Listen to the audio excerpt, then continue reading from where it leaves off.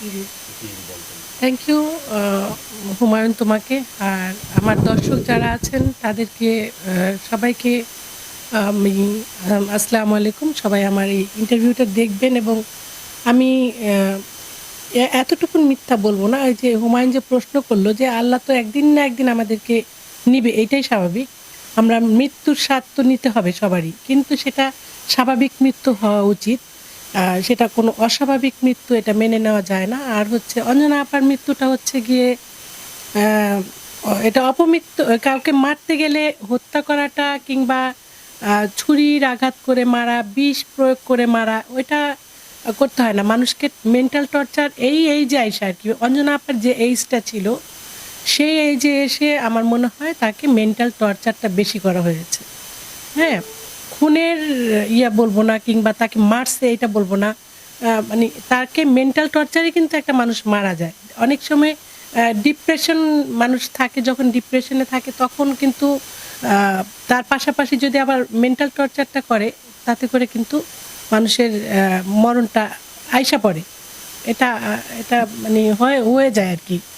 এইটাই। তবে অঞ্জনা আপার সাথে আমার ১ তারিখে, ডিসেম্বরের ১ তারিখে আমাদের আমাদের চিত্রনায়িকা মুক্তি, চাঁদের আলো খ্যাত মুক্তি, আনো আপার মেয়ে।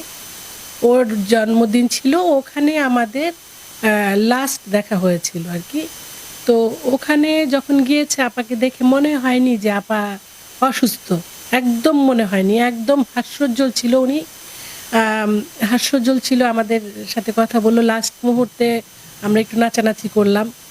আমি, আপা, নতুন আপা, তারপরে আরো অনেকেই ছিল। আমরা নাচানাচি করলাম। তখনও মনে হয়নি তখনও মনে হয়নি যে আপা আর থাকবে না। এরকমটা তো মনে হয় না। তো আসলে মৃত্যুটা কখন আসে কেউ বলতে পারে না। তাই না? ওই সময়টায় আপাকে মনে হয় নাই। সুস্থ মনে হয়েছিল আপাকে। দেন আম ১৪ তারিখে আমাকে মনি নামের যে ছেলেটা, এই যে মানে ওই যে অ্যাসিস্ট্যান্ট, এই কাজের ছেলেটা, যে আমাকে কল করলো। হ্যাঁ? এই সন্ধ্যা ৬টা। তো ওই কাজের ছেলেটা আমাকে ফোন করে। মনি যে ছেলেটা, আমরা শুনেছি যে আপার কাজের ছেলে। পরবর্তীতে ওর মুখেই শুনি, মানে নিজের ঢোল নিজে বাজায় যে আমি আপার, মানে অঞ্জনার ছেলে। অঞ্জনার ছেলে। আমি তোমাদের অঞ্জনার ছেলে। তো অঞ্জনা আন্টির অঞ্জনা আপার ছেলে যদি হয়ে থাকে তাহলে আমি ৯ বছর বয়স থেকে আমি ইন্ডাস্ট্রিতে। আমি তো দেখি নাই অঞ্জনা আপুর কোনো ছেলে-মেয়ে আছে। ২ জন পালিত আছে এটা জানি। ও আমাকে ফোন করেই হঠাৎ করে, মানে আমাকে ফোন করলো, করে বলতেছে, "বেবি আন্টি।" আমি বলছি, "এই তুই আমাকে আন্টি বলতেছিস কেন? হ্যাঁ? আর কি হয়েছে বল? কেন? কে?" আমি বলছি, "কে? তুই কে?" বলে কি, "মনি।" আমি বলছি, "কোন মনি?" বলে কি যে, তোমাদের অঞ্জনা আপার ছেলে মনি।" তা আমি বললাম, "অঞ্জনা আপার ছেলে মনি? তুই যে পরিচয় দিচ্ছিস না, এই পরিচয়গুলা তো কথা ওঠে ইন্ডাস্ট্রিতে যে কেমন ছেলে, কি ছেলে?" এরকম আমি বলছি কথাটা। বলার পরে ও বলতেছে, তাহলে হঠাৎ করেই আমাকে এমন একটা কথা বলছে, সেই কথাটা আমি মুখে বলতে পারবো কিনা পারবো না, সাহস নাই আমার। তারপর আমার বলতে হবে কথাটা, বলতে হবে। সেটাও আমাদের একটা লিজেন্ড অভিনেত্রীর নিয়ে কথা উঠছে। ওই ছেলে যে কথাটা বলছে, সেটা যদি আমাদের শ্রদ্ধেয় আলমগীর ভাই শুনে, কিংবা আরো যারা আছে সিনিয়র তারা শুনে, তারাও কিন্তু তাই এই ছেলেটাকে আমার মতো করেই ধিক্কার জানাবে। হ্যাঁ? তো ছেলেটা বলতেছে, "আন্টি তুমি ওদিনকে না আম্মুর সাথে এটা করাটা উচিত হয় না।" আমি বলি, "কি করছি তোমার আম্মুর সাথে আমি? তোর আম্মুর সাথে কি করছি?" যেহেতু পরিচয় দিচ্ছে ছেলে, সেহেতু আমি ওইটাই বলছি যে, "তোর আম্মুর সাথে আমি কি করছি?" বলতেছে যে, সবাই বলছে বেবি আন্টি এত ভালো মানুষ, বেবি আন্টি সবাইকে রেসপেক্ট করে কথা বলে, কিন্তু ওইদিন অঞ্জনা আমার আম্মুকে তুমি আ করো নাই, অনার করো নাই।" তো আমি বললাম, "তোর কাছ থেকে আমার courtesy মেইনটেইন করা শিখতে হবে? আচ্ছা যাই হোক। তোর সাথে আমি কোনো কথা বলতে রাজি না মনি। তুই ফোনটা রাখ। আমি আপুর সাথে কথা বলব।" আমি এটা বলছি। বুঝছো? যে আমি আপুর সাথে কথা বলব। তো পরে আমি আপুকে কল দিলাম। আপু ২ বার ৩ বার কল দিছি, আপু ধরে নাই। তো এর মধ্যেই ও যখন লাইনে ছিল আমার সাথে, বাই দিস টাইম আমি একটা কথা বলতে ভুলে গেছি। ও যখন লাইনে ছিল তখন আমাকে বলতেছে যে, আমি বললাম, এই তুই কবেকার ছেলে? মনি বল, তুই বুলি ভাইয়ের কবেকার ছেলে? বুলি ভাইকে আমি 9 বছর বয়স থেকে চিনি। বুলি ভাইয়ের তো কোনো ছেলে সন্তান নাই, তো তুই ছেলে পরিচয় দাস কেন? বলে কি কেন? জুলি, জুলি আছে না, জুলি, তারপরে বিউটি আছে না, বিউটি। আমি বললাম, ও জুলি, জুলি হচ্ছে গিয়ে বুলি ভাইয়ের পালিত সন্তান, মানে ছিল আর কি, দত্তক নিছিল। তো নেওয়ার পরে দিয়ে যে এরপরে ওরে পালার জন্য বিউটিরে নিয়ে আসছে। মানে এই যে রিপন যে ছেলেটা জামাই জামাই বলতেছে, এই যে এনার যে ওয়াইফ বিউটি, বিউটি হচ্ছে গিয়ে জুলিকে পালার জন্য আসছে। ঠিক আছে, যেহেতু বুলি ভাই থাকতো না তখন, অনেক শুটিংয়ে ব্যস্ত থাকতো, বাড়িতে জুলি একা থাকতো, তার জন্য ওই মেয়েটাকে আনা হয়েছে। তো তুই এরকম কথা বলতেছিস, ফাট করে এমন কথা বলছে। বলে কি যাই, আপনি এই কথা বলতেছেন, তাহলে ইয়ে কি বলে, নতুন আন্টির ইয়ে বাবুল আঙ্কেলের মেয়ে কি ফারা, জিসা, বাবুল আঙ্কেলের মেয়ে জিসার সাথে কম্পেয়ার করা তো ওর ওর সাজে না। তখন আমার অনেক উত্তেজিত হয়েছি আমি। তো যেহেতু আমার কাছে নতুন আপা কিন্তু আমার কাছে স্পেশাল। আমার কাছে কেন নতুন আপা স্পেশাল? আমি ছোট থেকে তার ভক্ত ছিলাম। আমি ইভেন যে আমি যখন ইন্ডাস্ট্রিতে আসি, আমি নতুন আপার সাথেই কাজ করি। হ্যাঁ, তো সেই থেকে সে আমাকে বোন ডাকছে, আমি নতুন আপার ছোট বোন হিসাবে আমাকে সব জায়গায় পরিচয় দেয়। তো যখন নাকি নতুন আপার মেয়ের কথাটা উঠছে, যে জিসা কি বাবুল আঙ্কেলের ছেলে মেয়ে, জিসার কথা বললো আর কি, তখন আমি বলছি যে আমি আশ্চর্য হয়ে গেছি যে তখন অঞ্জনা আপা বুঝে গেছে যে বেবি এই কথাটা অবশ্যই নতুনের কানে যাবে, কথাটা এটা অনেক বড় হয়ে যাবে। এবার ও অঞ্জনা আপা ইশারা দিয়ে ওর ফোন কাটায় দিছে, বুঝছো? ফোনটা কেটে দিছে, দেওয়ার পরে আমি অঞ্জনা আপাকে ফোন দিছি। যেহেতু আমার ছেলে যদি কাউকে ফোন করে ইনসাল্ট করে কথা বলে, ইগনোর করে কথা বলে, তখন ওনার উচিত হবে আমাকে ফোন করা, তাই না? আমাকে ফোন করলে আমি শাসন করতে পারবো ছেলেটাকে। তো যার জন্য আমি তখন ওর ফোনটা আমি বলছি, তুই জিসার সাথে কম্পেয়ার করলি? তুই তো একটা কাজের ছেলে, জিসা তো কাজের মেয়ে না। জিসা ভালো জায়গায় আছে, জিসা এই ইন্ডাস্ট্রির বাইরে আমেরিকাতে থাকে, জিসার সাথে তুই কম্পেয়ার করলি? তো এত বেশি স্পর্ধা দ্বারা আমি নতুন আপার কাছে এই কথাটা বলবো। আমি এই কথা বলার সাথে সাথে কাইটা দিয়ে আমি ফোনটা কেটে আমি নতুন আপাকে ফোন করলাম। হ্যাঁ, সরি ইয়াকে অঞ্জনা আপাকে ফোন দিলাম। অঞ্জনা আপা আমার 3 বার কল দেওয়ার পরও উনি রিসিভ করতেছে না। হ্যাঁ, রিসিভ করতেছে না। তো তখন আমি লিখছি, আমি কি লিখছি সেটা আমি তোমাকে পড়ে শোনাবো নাকি? পড়ে শোনাই, কারণ একটু মিথ্যা হইলে তো এটা সমস্যা, তাই না? এই প্রবলেম হয়ে যায়। তো তখন আমি ওরে বললাম যে মনি, এই যে আমি লিখছি, আমি অঞ্জনা আপা ফোন না ধরাতে আমার একটু রাগ হয়েছে যে আপা তো ফোনটা ধরে, আপা যেহেতু সামনে ছিল, জিসার কথাটা যখন বলছে, আপার সাথে, অঞ্জনা আপার সাথে আর নতুন আপার সাথে ঘনিষ্ঠতা অনেক বড়, অনেক ঘনিষ্ঠতা। হ্যাঁ, মনি সেই জিনিসটা থেকে আপাকে পুরাই ইয়া করে দিচ্ছে, এটা তো জানা কথা।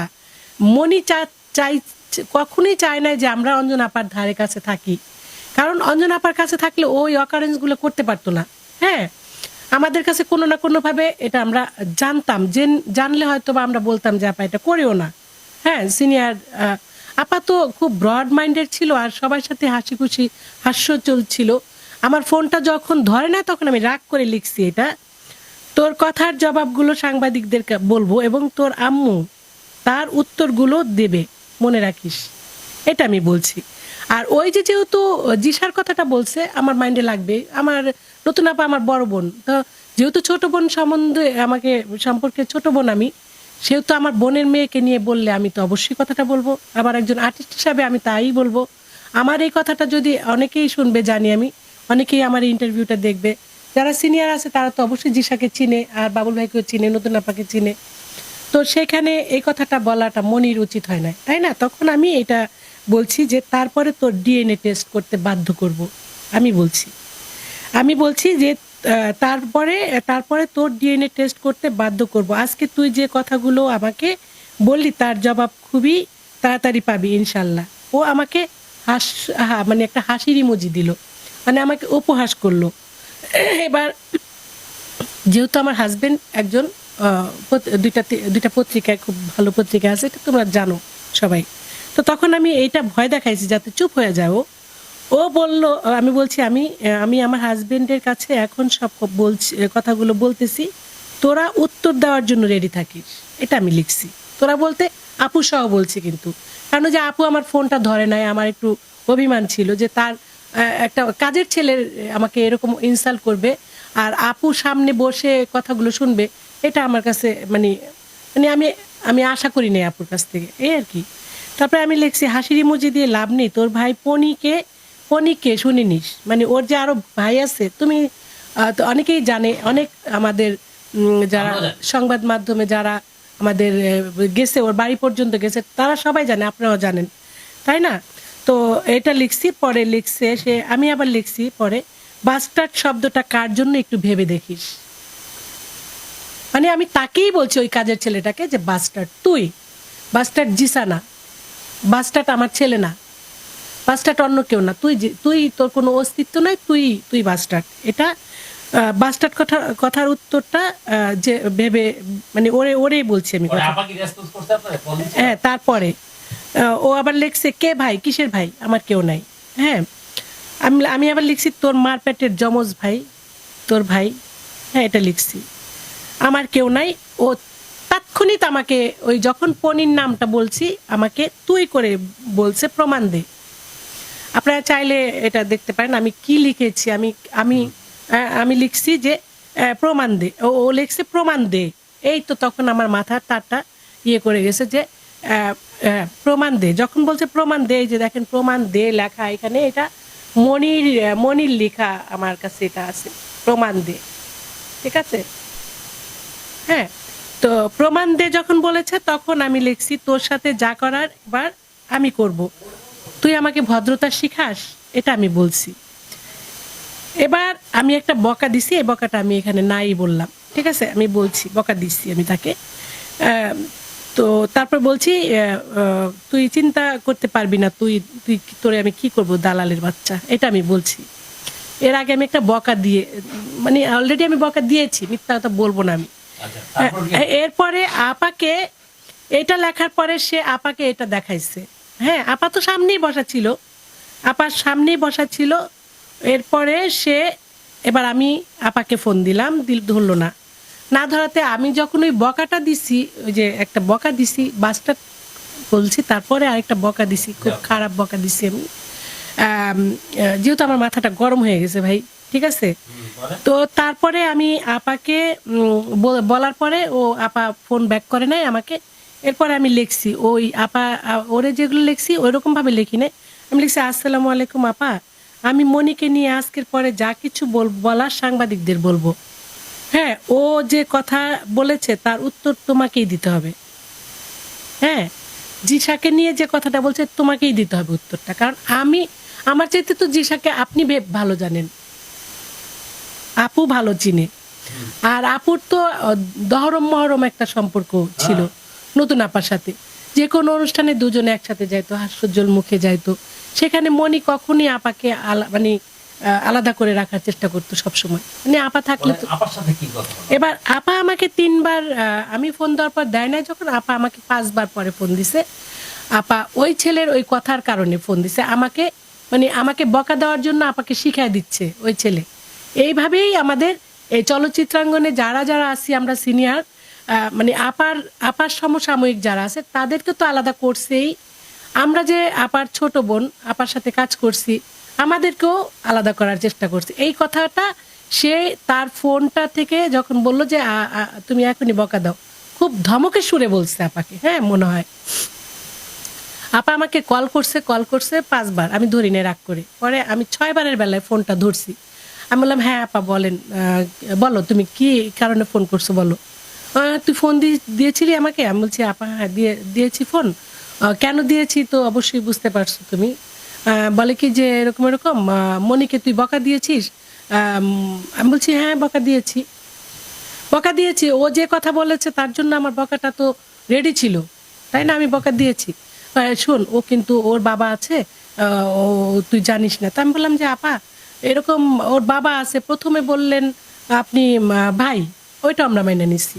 মানুষের সম্পর্ক থাকতেই পারে একটা। অঞ্জনা আপা একটা রেসপেক্টের জায়গার মানুষ আমাদের, এবং ন্যাশনাল অ্যাওয়ার্ড প্রাপ্ত একটা চিত্রনায়িকা, অভিনেত্রী, এবং কিংবদন্তি তো বলতেই হয়। আর নৃত্য তো আলাদা একটা জিনিস, তার ভিতরে নৃত্য কাজ করে। তখন সে আমাকে বলল যে আমার ওর তোকে একটা কথা বলে রাখি, ওর বাবা আছে। বাবা বলতে কি অঞ্জনা আপার হাজবেন্ড? না না, অঞ্জনা ওইভাবে বলে না, আমি এই কথাটা না বলি। বলছে ওর বাবা আছে, ওর বাবা আটলান্টাতে থাকে, এটা বলছে আপা আমাকে। হ্যাঁ, আটলান্টাতে থাকে। তো আটলান্টাতে থাকে, তখন আমি বললাম আচ্ছা আপা, আমি এই বিষয়ে কোনো কথা বলতে চাই না। আপার সাথে আমি একটু রাগান্বিত হয়েই কথা বলছি যে আপা, আর কত মিথ্যা বলবা তুমি, বয়স তো হয়েছে, আর কত মিথ্যা বলবা, এই বিষয়ে আমি কোনো কথা বলতে চাই না। আমি নতুন আপাকে তো আমি বললাম যে মাগরিবের পরেই তো আমাকে ফোন দেবে, কফি খাওয়ার পরে, তার সাথে আমার 1 ঘন্টা আলাপচারিতা হয়। তখন তো আমার চেহারা দেখে বুঝে যাবে যে আমি কারোর সাথে না কারোর সাথে তর্ক বিতর্ক হয়েছে, তো আমি কিন্তু আপাকে বলে দিব। তখন অঞ্জনা আপা বলতেছে, তাহমিনা বেবি শোন, এই বলিস না কথাটা, নতুনকে বলিস না, ও বাস্টার্ড না, জিসাও বাস্টার্ড না। আপা আবার এই কথাটা বলছে। তো বলার পরে দিয়ে তখন আমি বললাম যে ঠিক আছে, আমি না বললাম, কিন্তু আপা যদি আমাকে ফোর্স করে আমার চেহারা দেখে, তো আমি কিন্তু বলতে বাধ্য হব।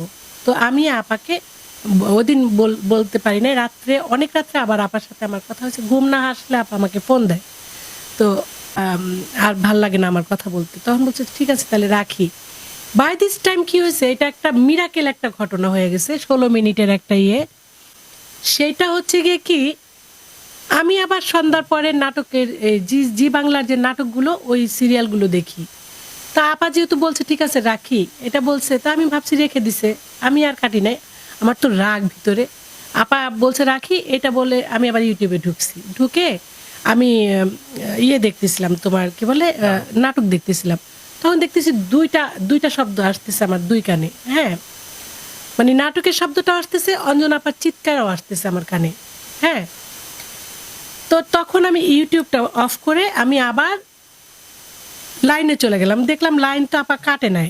হ্যাঁ, তখন আমি এটা কেন আপা ইচ্ছা করে করছে নাকি আপার মোবাইলটা কাছে ছিল না জানি না, হয়তো বা আমি রহমত আর কি।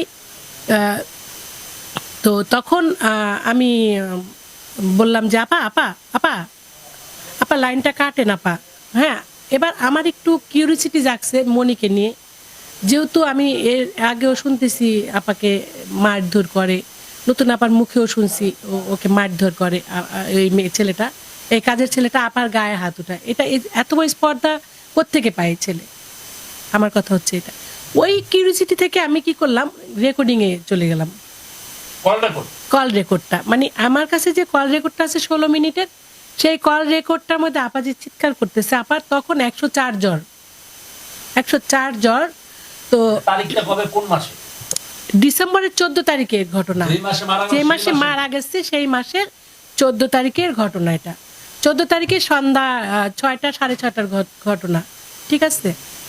তো আমি রেকর্ডিংটা অন করে রাখছি, রেকর্ডিংটা অন করে রেখে আমি আর কোনো কথা বলতেছি না, দরজাটা আবার লাগাই দিছি যে কোনো শব্দ যেন না আসে, দেখি কি করে। আমার কানে হেডফোন দেওয়া, তখন আমি চিৎকার শুনলাম। হ্যাঁ, এরকম করতেছিস, যাস কেন কথা বলতে, এরকম করিস কেন, এরকম বলতেছে আপা। আমার 104 জ্বর। তখন ওইখানে উপস্থিত যারা ছিল, পারছি না, আমি আর পারছি না, এরকম ভাবে বলতেছে আপা। আবার ওই ছেলেটা তখন ঢং করে কথা বলতেছে, যে কাজের ছেলেটা, ঠিক আছে, যে পরিচয় দেয় যে আমি অঞ্জনা রহমানের ছেলে। হ্যাঁ, তো ওই কাজের ছেলেটা ওরকম বলতেছে। তখন ওইখানে কয়েকজন ছিল, আমি আসলে ওই ভয়েসটা আমার কাছে আছে, আমি চাইলে এটা আমি এটা আলমগীর ভাই যেহেতু আমাদের শ্রদ্ধেয়, এবং আলমগীর ভাই আমাদের রেসপেক্টেড জায়গায় আছে, এখনো আছে, সারা জীবন থাকবে। আলমগীর ভাই চাইলে এটা আমি দিব, ঠিক আছে, আমি দিব। ওটা থেকে যদি কোনো ক্লু পায়, তাহলে আমার মনে হয় অঞ্জনা আপার সুষ্ঠু যে তদন্তটা সেটা হবে। কারণ হচ্ছে ওখানে জায়গা জমি নিয়ে কথা হচ্ছিল, এবং ওই জায়গা জমি নিয়ে যখন কথা হচ্ছে, তখন আমি আরো ইচ্ছা করেই রেকর্ডিংটা করছি, যে কি এমন আপা 2017 আপা খুব খারাপ অবস্থায় ছিলেন। হ্যাঁ, অনেক সময় আপা আমাকে ফোন করতো, অনেকেরই ফোন করতো। এটা আমাদের শ্রদ্ধার জায়গায় ছিল অঞ্জনা আপা, যার জন্য ওই ফোনটা রিসিভ করে একটু কথা শুনতাম, দুঃখের কথা সুখের কথা বলতো আমাদের কাছে, তাই না? তো এই মনে করে যে হঠাৎ করে যে মানে কলা গাছ আঙ্গুল ফুলে যে কলা গাছ হয় এরকম হয় না, এই জিনিসগুলো আমাদের কাছে একটু খারাপ লাগছে। তো তখন আমি রেকর্ডিংটা করার জন্য একদম কোনো শব্দ না করে রেকর্ডিংটা করলাম 16 মিনিট। তারপরে যে ওখানে ড্রাইভার বলতে এখন ওইখানে ওই যে রিপন নামের যে লোকটা, যাকে আলমগীর ভাই ওই যে এরা সময় দিল যে 3 দিনের, যে লোকটা বসা ছিল, মেয়ের জামাই, বিউটির জামাই, বলল যে এই লোকটার কণ্ঠটাই অনেক বেশি আছে আমার এখানে, অনেক কণ্ঠ আছে এবং আরও 2-1 জনের কণ্ঠ আছে, ওই ভয়েস আছে। যারা চিনেন এই ভয়েসগুলো তারা ওনাদেরকে জিজ্ঞেস করলে ওই দিন রাত্রেও মনে হয় আপার উপরে কোনো মানে মারধর হয়েছে, কারণ কি ও তো কথায় কথায় মারে আপাকে। তো যেহেতু আপাকে আমি ওই ছেলেটাকে অনেক খারাপ বকা দিয়েছি, তো আপাকে ওই শোধ না মানে রিভেঞ্জ নেওয়ার জন্য হয়তো বা আপার উপরে আঘাত করা হয়েছে আমার মনে হয়, মানে আমি এত শিওর না। তবে আপা 14 তারিখ, 15, 16, 17, 18, 19, 20, 21, 22, 23 তারিখে এই 9 দিনের ডিফারেন্স কিন্তু আপা মারা যেতে পারে না, সুস্থ একজন লোক। হ্যাঁ, এতগুলো অর্গান তার নষ্ট হয়ে যেতে পারে না একদিনে। তার কিডনি, লিভার, তার হার্ট, তার ব্রেন, এতগুলো অর্গান কিভাবে নষ্ট হয় একই দিনে, তাই না? তো ওখানে ওই ছেলেকে বলতেছে, ওই ছেলের বিচার হচ্ছিল ওদিন। ওই ছেলে অনেক জায়গা থেকে টাকা আনছে, মানে লোন আনছে অনেক জায়গা থেকে। হ্যাঁ, আপাকে সাজায় গুজায় নিয়ে যে অনেক জায়গা থেকে লোন আনছে, আপাকে দেখায়। হ্যাঁ, তো এইটা আবার এই রেকর্ডটার মধ্যে আমি শোনাবো না তোমাকে একটু পরে, যদি প্রয়োজন মনে করো আর কি। হ্যাঁ, তো ওখানে কার কার ভয়েস আছে এটা দেখবা। এবং তুমি তো ইন্ডাস্ট্রিতে অনেক দিন ধরে আসা যাওয়া, আমাদের সাথে কথাবার্তা। হ্যাঁ হ্যাঁ, খুবই আদর করতো। আর ওনারা আসলে সিনিয়র যারাই আছেন তারা সবাইকেই আদর করতো, সবাইকেই। তো পরবর্তীতে ওই লোকটা বলতেছে আমেরিকা থেকে 6 জনের কাছ থেকে লোন আনছে টাকা। আমেরিকা থেকে 6 জনের কাছ থেকে এই ছেলে টাকা আনছে অঞ্জনা আপার কথা বলে। এবং বিল্ডার্সের কিছু বিল্ডার্স জাতীয়, ডেভেলপার জাতীয় এরকম কিছু। না, লাস্ট তো ওই যে রেখে দিল আপা, কিন্তু কাটেনি। এটা মিরাকেল ভাবে না কাটার কারণে 16 মিনিট আমি রেকর্ডটা করতে পারছি এবং ওই ঝগড়াগুলো আমি শুনতে পাচ্ছি। হ্যাঁ, সবকিছু। আমার চাওয়া, কখনো এটা ছাড়াও এর আগে কি মনের সাথে ঝগড়া হইতো, কথা কাটাকাটি হইতো, এমন কিছু চোখে পড়ছে কিনা আপার সাথে? হ্যাঁ, এটা তো হ্যাঁ অনেকবারই হয়েছে। আপাকে বকা দিয়েছে। আপাকে বকা দেওয়ার আপাকে তো বকা দেওয়ার কেউ না, ও বকা দিবে কেন? এটা নিয়েও দেখছি অনেক কিছু। এর জন্য ছেলেটাকে আমি পছন্দ করতাম না। আর ওর ভিতরে একটা মেইলি ভাব আছে। হ্যাঁ, ওই অনেকেই বলে যে অঞ্জনা আপার সাথে, মানে যারা যারা বলেন তাদের কাছে আমি হাত জোর করে বলবো এই কথাটা বলবেন না প্লিজ, যে অঞ্জনা আপার সাথে এই কাজের ছেলেটার কোনো সম্পর্ক ছিল, এই কথাটা কেউ বলবেন না দয়া করে। কারণ হচ্ছে গিয়ে ওই ছেলেটা হচ্ছে মেইলি টাইপের, মানে এটা কি বলবো, গে টাইপের ছেলে ছিল। ও তো আপার সাথে মানে ওই ধরনের সম্পর্কে যাবে না, এটা আপার তো একটা রুচি আছে, তাই না? হ্যাঁ, হয়তো বা সে কাজের ছেলে হিসাবে ঢুকে আপাকে আম্মু আম্মু ডাকছে, ওই হিসাবে আম্মু আম্মুই বলতেছে, এটা আমি মানি না, ঠিক আছে? আর অঞ্জনা আপার এই কথাটা কেউ না বললেই বেটার, কারণ উনি সব দুঃখ সুখ নিয়ে গেছে। এখন আর ওনাকে আমরা আর ফিরে পাবো না, আমরা আর অঞ্জনা আপাকে কখনোই ফিরে পাবো না। অঞ্জনা আপার এই আদরটা আমরা পাবো না, আর যে জড়ায় ধরবে যে কিরে তাহমিনা কেমন আছিস, তোর হাজবেন্ড কেমন আছে, এই কথাটা আর কেউ বলবে না। উনি অনেক উপকার করেছেন অজান্তে, মানুষের অজান্তে, কেউ জানে না হয়তো বা, অনেকেরই করেছেন। আমার কাছে ফোন এসেছে যারা আপার মাধ্যমে উপকৃত হয়েছে। আমাদের এক সিনিয়র আপু আছে ইয়াসমিন আপা, সে খুব কান্না করছে শোনার পরেই। আমাকে ফোন করে বলছে যে আমাকে অনেক উপকার করছে আমাকে। আমেরিকা থেকে? না না না, ও ও হচ্ছে আমাদের সিনিয়র আপা, ইয়াসমিন আপা। তো অনেক বলছে যে আমাকে খুব অনেক উপকার করছে বোন অঞ্জনা আপা। আমি বললাম আমার হাজবেন্ডের বেলায়ও আপা আমাকে হেল্প করছে। আমার হাজবেন্ডের ওপেন হার্ট সার্জারি হয়েছে তখন আপা আমাকে হেল্প করছে। মিথ্যা কথা আমি কেন বলবো, তাই না? যার কাছ থেকে যতটুকুন পেয়েছি ওটুকুন বলবো, তাই না? তো আরেকটা কথা বলতে ভুলে গেছি, ওই দিন ছেলেটা আমাকে যখন কল করছে তখন সে বলতেছে, মানে তার ভিতরে না একটা মানে ইয়ে কাজ করতো, মানে কি বলে অহংকার অহমিকা ঢুকে গেছে ছেলেটার ভিতরে। মানে ও তো কখনো এরকম পরিবেশ দেখেনি অঞ্জনা আপার মতন। তো আমাকে বলতেছি কি যে হ্যাঁ শুনেন আন্টি, আমার আম্মু 11টা বাড়ি পেয়েছে। ওই যে আপুর বাড়ি কোথায় যে পুরান ঢাকা মনে হয় না আপার বাড়ি, তো ওইখানে আমার নানুর বাড়ি 11টা বাড়ি পেয়েছে আমার আম্মা, ঠিক আছে? তারপরে হচ্ছে আমাদের তো বাড়ি আছে আদাবরের বাড়ি, হ্যাঁ, তারপরে আদাবর না কোন যে উত্তরখান এরকম একটা নাম বললো। তো আমি বললাম এই শোন, আমি তখন রাগ হয়েছে, এই শোন তোর কাছ থেকে তো আপার কি আছে না আছে এটা আমি জানতে চাই না, আর এটা জানার কি আছে? কারো কিছু থাকলে এটা ঢোল পিটায় বলতে হবে যে আমার এটা আছে এটা আছে, তুই তো এটা বলতেছিস, আপার যেটা নাই সেটাও বলতেছিস। আমি তোর কোনো এগুলার কথা শুনতে রাজি না, আমি এটা বললাম। তো এখন তুমি বলো যে 14 তারিখে কল করে আমাকে বললো 11টা বাড়ির কথা, তার এখন সম্পদ নাই, এটাও কি বিশ্বাসযোগ্য? কি বলা? আমার অবশ্যই বলার আছে, কেননা আপার কোটি কোটি টাকা আমি যতটুকুন জানি আপা বাড়ি বিক্রি করছে। বাড়ি বিক্রি করার পরে ওই টাকাগুলো দিয়ে ওই তার এই যে বিউটির জামাই এবং এই যে মনি, এরা দুজন মিলে আপার টাকার বিজনেস, মানে ডেভেলপারের যে বিল্ডার্সের যে বিজনেসটা, ওই দিনের কথায় মনে হলো আমার যে এই টাকাটা ওইখানে গেছে, বুঝছো? এবং এই ছেলেটা আরও কয়েকজনের চাকরি দেবে বলে ওবায়দুল কাদের, ওই যে মানে আওয়ামী লীগের যে ওবায়দুল কাদের ছিলেন, ওনার কথা বলে বলে, এবং ওই যে আমাদের প্রতিমন্ত্রী ওই যে আরাফাত রহমান, ওনার কথা বলে বলে বিভিন্ন জায়গা থেকে চাকরি দিবে বলে টাকা নিয়ে আসতো, ঠিক আছে?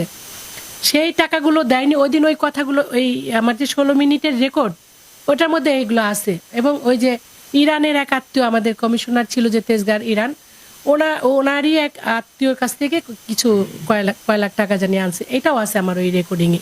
হ্যাঁ, তো আমার মনে হচ্ছে যে আপা নিজের টাকা, আপার টাকা চলে গেছে এখানে, এবং আপাকে বুদ্ধি দিছে আমার যত সম্ভব। আমার এটা আমি যতটুকুন শুনেছি আপার মুখে, যে আপা বলছে যে অঞ্জনা সিনেপ্লেক্সটা যদি হয়ে যায় তাহলে আমার হল হবে ওইখান থেকে যে টাকাগুলো আসবে তারপরে আমি আমার মতো করে চলবো, আপা এটা বলছে।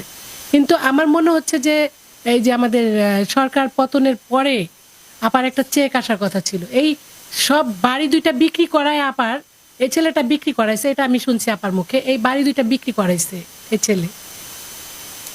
বিক্রি করার টাকাটা নিয়ে আবার নরসিংদীতে এই জায়গা কিনছে যেখানে তার অস্তিত্ব, হ্যাঁ, মানে এই ছেলের অস্তিত্ব যেখানে, সেইখানেই বাড়ি জায়গাটা কেনা হয়েছে। ওই দুইটা বাড়ি বিক্রি করে এবার ওই নরসিংদীর, মানে এই যে কাজের ছেলেটা যে এলাকার, ওই এলাকাতেই আপাকে জায়গা কিনাইছে। মানে হিপনোটাইজ করে যত রকম ভাবে হোক না কেন, আমার মনে হয় সে হিপনোটাইজ করছে, নালে মানে কিছু একটা তো করছে। আপা তো এত বোকা না, এতগুলো ছবি করছে, সে দেশ বিদেশ ঘুরছে, সে তো আর বোকা না, তাই না? তাকে ওইখানে জায়গাটা কেনাইছে, এবং ওই যে সরকার বলছে যে হল যেহেতু সংকট আছে, হলের ওই সময়টায় আপা হল করার জন্য অঞ্জনা সিনেপ্লেক্সটা করছে, সিনেপ্লেক্সটার জায়গাটা কিনাইছে এই ছেলেটা। কিনায় দেওয়ার পরে যখন নাকি সরকার যেহেতু বলছে হল যারা করবে তাদেরকে একটা লোন দেওয়া হবে, এরকম হয়তো বা এরকম একটা কথা উঠছিল মনে হয় আওয়ামী লীগ থাকাকালীন। তো তখন আপাকে 9 তারিখে মনে হয় 9-10 তারিখে একটা চেক দেওয়ার কথা ছিল সরকারের থেকে। 5ই আগস্টের, হ্যাঁ 5ই আগস্টের 9 তারিখ। তখন থেকে আপা কিন্তু ওইখানে আমার এটাও আছে, তুমি দেখবা ওই 16 মিনিটের ইয়েতে, যে আপা আগস্ট থেকেই অসুস্থ। ওই যে বিউটির জামাই যে রিপন, উনি বলতেছে যে আপনি তো আগস্ট থেকেই অসুস্থ। তো ওই ওই যে চেকটা পায়নি, ওই থেকে আবার উপরে অত্যাচার শুরু হলো। আমার মনে হলো যেটা মানে আমি যেটা আমার ভিতর থেকে বলতেছি, আমি এটা মেবি এটাই হয়েছে আর কি। হয় না যে তুমি চেক নিয়ে আসছো, তার নরসিংদীতে জায়গা নিছে, এখন হল উঠবে এখানে, আর জায়গাটা কার নামে এটা আমি জানি না, কিন্তু অঞ্জনা সিনেপ্লেক্স যেহেতু, আর অঞ্জনা সিনেপ্লেক্স না হলে তো মনির সিনেপ্লেক্স হলে তো আর সরকার টাকা দিবে না। মানুষ চেনে অঞ্জনাকে, অঞ্জনা আপুকে। জায়গাটা অঞ্জনা আপার নামেই আছে আমার মনে হয়, এটা অঞ্জনা আপার নামেই, তাহলে চেকটা তো অঞ্জনা আপার নামেই আসবে। এই যখন মানে সরকার পতন হইলো, তখন থেকে আপার উপরে একটা অত্যাচার শুরু হলো যে চেকটা পাইলে তো অনেক টাকা পায়। তারা এই ছেলের লোভী, অনেক প্রচুর লোভী। হ্যাঁ, তো তখন থেকে অত্যাচার শুরু করলো। আর আপা বলছে, আপা ও আমাকে তুই বলছে, ওরে যেখানে পাবো আমি চড়াবো। আমি বলছি এটা, আমি যেখানে পাবো এই সাহসটা আমার আছে। হ্যাঁ, আর এটা আমি আপাকে জোর গলায় বলছি কথাটা, যে আমি এই ছেলেটাকে যেখানে পাবো, তোমার সাথে পাই, কিংবা শিল্পী সমিতিতে পাই, কিংবা আমাদের শিল্পী সমিতির বাইরে এফডিসির কোনো চত্বরে পাই, আমি ওরে পিটাবো। এবার হ্যাঁ, মনি, ওই যে কাজের ছেলেটাকে আর কি, মানে অ্যাসিস্ট্যান্ট, আপার তো অ্যাসিস্ট্যান্ট, ও তো আপার অ্যাসিস্ট্যান্ট ছিল, তাই না? ওকে আমি পিটাবো। এবার এইটা পিটানোর পরে যদি শিল্পী সমিতি আমার বিচার করে, আমি শিল্পী সমিতিকে এটার এক্সপ্লেন দিব যে আমি কেন পিটাইছি। ও আমাকে তুই বলার মানে হয় না, ও তুই বলবে কেন, কি কারণে? এখন ওর সত্যটা জানার পরে আমি যখন বলছি যে তোর বাড়ি এখানে না, তোর বাড়ি এইটা না, দাঁড়া সাংবাদিকদের বলবো, তো আমি আসলে কখনোই ভাবি নাই যে 14 তারিখে আমি সাংবাদিকের কথা বলবো আর এই কথাগুলো এমন ভাবে ছড়াবে, আমি এটা ভাবি নাই। হ্যাঁ, মনে হয় আমার দাঁতের সমস্যা আছে, আমার দাঁত। কাজের ছেলে বললেন তো কাজের ছেলেকে কাজের ছেলে বলবো না? আপার তো কোনো সন্তানাদি নাই, কাজের ছেলে তো কাজের ছেলেই বলবো। আর অঞ্জনা আপার সাথে কি ওর কোনো মিল আছে কথা? ওর বাড়ি হচ্ছে গিয়ে নরসিংদী, তাই না? কি জায়গাটার নাম আমি লোক পাঠাইছিলাম তো ওই এখানে, তো ওর বাড়ি হচ্ছে এখানে, আপার বাড়ি হচ্ছে চাঁদপুরে। তাহলে কিভাবে সন্তান হয়? হ্যাঁ, পালিত সন্তান হয়। তো আমার যখন সন্তান, আমি যখন 6 দিন পরে থাকবো বিছানায়, আমার পটি করে দিব বিছানায়, হিসু করে দিব বিছানায়, তো এরপরে আমার সন্তান যদি আমার নিজের সন্তান হয়, সে তো আমাকে তাৎক্ষণিকভাবে আমাকে হসপিটালে নিবে। আর যদি আমার পালিত সন্তানও হয়, আমি একদিন পালছি, সেই ছেলেও তো আমার পালিত সন্তান, মা ডাকছে আমাকে, সেও তো নিবে। তো ও অন্য রুমে মোবাইল টিপতেছে কেন? আর আপা এরকম করতেছে। তো কাজের মেয়ের কথাটা শুনলাম আমি, কাজের মেয়ে পরিষ্কার করতো, এটা 17 বছর ধরে এই কাজের মেয়ে আপার বাসায়, ঠিক আছে? তো এখন ওই তুই বলাটা নিয়ে আমি যেটা বলছি, ওরে আমি পাইলে পিটাইতাম। তো আমি যেদিন আপা মারা গেছে সেদিন কিন্তু ওরে পাই নাই। সত্যি আমি সেদিনও আমার ভিতরে একটা ক্রোধ কাজ করতেছিল, রিভেঞ্জ কাজ করতেছিল, যে তুই আমাকে তুই বললি। হ্যাঁ, ইন্ডাস্ট্রিতে আমাকে আমার সিনিয়র যারা আমাকে অবশ্যই তুই করে বলবে। হ্যাঁ, কিন্তু তুই তো আমার ফিল্মের কেউ না, ফিল্মের বাইরের, আমার প্রফেশনাল জায়গার না, তাহলে তুই আমাকে তুই বলবি কেন? তাই না? ওরে খুঁজছিলাম সেদিন, পাই নাই। আপার সাথে আর দেখা হয় না? না, আপার সাথে আমার আর দেখা হয় না। তবে যখন হসপিটালে ভর্তি ইউনাইটেডে, তখন আমি ইউসুফ ভাইকে ফোন করতাম বারবার। ওরে ফোন দিলে ও ধরতো না ফোন, ওই যে বকা দিচ্ছি আমি, এর জন্য ধরতো না ফোনটা। অঞ্জনা আপার ফোন ও রিসিভ করতো না, যেহেতু আপা অসুস্থ, তার ফোনটা রিসিভ করবে তো কেউ না কেউ। তো আমরা যখন শুনলাম যে দেখা করতে দেখা করতে দিচ্ছে না, সিসিউতে যে রোগী, সে দেখা করতে দিচ্ছে না। তো আমি তখন ইউসুফ ভাইকে বললাম, ইউসুফ ভাই কি হইলো বলো তো দেখি, আমরা দেখা করতে পারতেছি না, আমরা যাইতে পারতেছি না কেন? আমরা দ্বিতীয় পা থাকাকালীনও তো গেলাম ইউনাইটেডে। হ্যাঁ, তো ওনার বেলায় কেন ঢুকতে পারতেছি না? তো ইউসুফ ভাই জবাব দিল, আমি জানি না কিছু, আমি তো কাজে ব্যস্ত আছি, তবে আমি দেখি, আমি বিকালে যাব, আমি দেখি, এটা বলছে ইউসুফ ভাই আমাকে এটা বললো। এরপরে আমি নতুন আপাকে বললাম, নতুন আপা আবার আমার কাছ থেকে খবরটা নিত যে কি খবর, যাবি নাকি? আমি বললাম, আপা দেখাই যখন করতে পারবো না তো যাবো কেন? আর ওই ছেলে তো ফোন ধরতেছে না, হ্যাঁ, এই কাজের ছেলেটা তো ফোন নতুন ধরতেছে। আপা বলছে এটা। হ্যাঁ, নতুন আপা বলতে আমি বলতেছি। বলতে যাবে আর কি এই যে। হ্যাঁ, যাবে। তা আমি বললাম, আপা ও তো দেখা করতে দিচ্ছে না, দেখা করা যাচ্ছে না বলে। তো কিভাবে শুনলাম? বললাম নিশাত আপা গেছিল, তারপরে হচ্ছে কেয়া ভাবি, ওরা সবাই গেছে, সুচিতা আপা মনে হয় ঢুকতে পারছে কোনোভাবে। আর সুচিতা আপা আরেকজন আমাদের লিজেন্ড, আমাদের রেসপেক্টেবল আর্টিস্ট উনি। হ্যাঁ, রেসপেক্টের জায়গায় আছেন উনি, সম্মানীয়।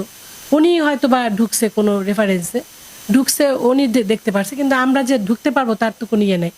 এর মধ্যেই ওই যে শনিবার দিন মনে হয় আপা মারা গেল 4 তারিখে, না 4 তারিখে রাত্রে মারা গেল 5 আপা। তারিখ সকালে। না না না, ওই তো ভোরে আর কি। 4 তারিখে রাত্রে মারা গেছে 1:30।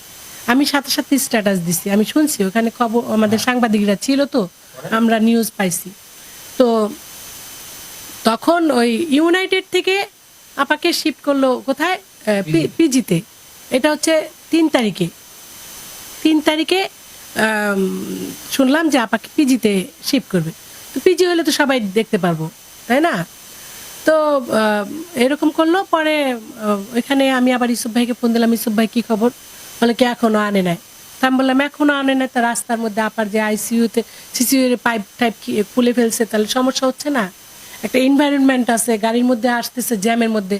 তো ইউসুফ ভাই বললো আমি 5.5 ঘন্টা ধরে দাঁড়ায় আছি এই যে ইয়েতে, কি বলে, ঢাকা পিজি হসপিটালে দাঁড়ায় ছিল। ওইখান থেকে আবার ইউসুফ ভাই চলে গেছে দিলীপ দার বাসায়, মানে দেবাশিসদের বাসায় চলে গেছে পরিবাগে। মানে দাদা ও ইউসুফ ভাই খুব পরিচিত না, আর ইউসুফ ভাই তো অনেক সিনিয়র আর্টিস্ট আমাদের, কোরিওগ্রাফার। সে গেছে, ওই দুপুর খিদা লাগছে মনে হয়, খাওয়া দাওয়া করে বৌদি আবার খাবার দাবার দিছে। খাবারের পরে যে শুনছে যে আসছে হসপিটালে, এই আর কি শুনলাম। তো আমি আবার মুক্তি আমাদের চিত্রনায়িকা মুক্তিকে ফোন দিলাম যে মামুনি তুমি কি গেছো? আন্টি আমি যাইনি, তবে আমি যাব। হ্যাঁ, মনে হয় না এটা 3 তারিখে, না 3 তারিখে ভর্তির পরে 4 তারিখে দুপুরের বেলা বলতেছে আন্টি ওনার তো পাইপ খুলে ফেলবে। হ্যাঁ, যখন এটা বলছে তখন আর আমি মানে আমার ভিতরে এটা যে কেউ একটা শক খাবে, তাই না? এটা যখন বলছে যে খুলে দিবে পাইপটা, পরে তো মারাই গেল। হ্যাঁ খুলে দিবে পাইপটা, এতটাই অসুস্থ হয়ে গেছে যে আমরা এই ইউনাইটেডে দেখতে পারলাম না, কারোর জানালো না। এবং এই ছেলে শিল্পী সমিতি, আমাদের একটা সমিতি আছে, সংগঠন আছে, 21 সংগঠনই কিন্তু অঞ্জনা আপাকে ভালোবাসে। 21টা সংগঠনই আমাদের অঞ্জনা আপা বলেন আর নতুন আপা বলেন সবাইকেই ভালোবাসে। শত্রু নাই, আর ওই সময় ছিল না এরকম, সত্যি যেটা। তো এখন আমরা, ওর তো উচিত ছিল শিল্পী সমিতিতে জানানো। আর আপা 3বারের কার্যনির্বাহী কমিটির একজন। মিশাবাই কিন্তু না খেয়ে সারাদিন রাত ছিল। হ্যাঁ, মিশাবাই যে গিয়েছে আমি শুনেছি, মিশাবাই গিয়েছে ওখানে পিজিতে গিয়েছে, এটা শুনেছি আমি মুক্তির কাছ থেকে শুনেছি। তো ওইদিন রাতে ঘুমায় নাই, খাওয়া দাওয়া নাই, কিছু নাই, হ্যাঁ, একদম তো hospital। এটা স্বাভাবিক, কারণ শিল্পী সমিতিতে উনি রানিং না থাকলেও উনি তো 3বারের সাংগঠনিক ছাড়াও তিনি আন্তরিক, হ্যাঁ শিল্পী। মিশাবাইয়ের কথা বলতেছেন? হ্যাঁ অবশ্যই, হ্যাঁ আন্তরিক। তো যাই হোক, তবে শিল্পী সমিতির ওই যে 3 দিন যে সময়টা দিয়েছে, এটা আমার কাছে মনোপুত হয় নাই। যখন মারা গেল বিএফডিসি টান্সে বা কোথাও তার চেহারাটা দেখছেন কিনা? হ্যাঁ দেখছি। কেমন দেখে? সেই অমায়িক আপার চেহারা, উফ, সে কি মায়া চেহারার ভিতরে, সে নূরের একটা মানে, সে হিন্দু থেকে, আমার কাছে ভিডিওটা আসছে, আমি ভিডিও করে নিয়ে আসছি আপাকে লাস্ট মুহূর্তে যখন গাড়িতে নিয়ে আসছে তখন। হ্যাঁ, অবশ্যই এটা কষ্টদায়ক আমাদের জন্য। তো আপার চেহারাটা নূরের একটা চেহারা চলে আসছে, মানে তার কোনো মানে সে একটা নিষ্পাপ এরকম একটা চেহারা, নবজাতক শিশুর মতো। তার সুরমা পরানো, আমি দোয়া করতেছি বসে, আর ভিডিওটা করে নিয়ে আসছি আমি।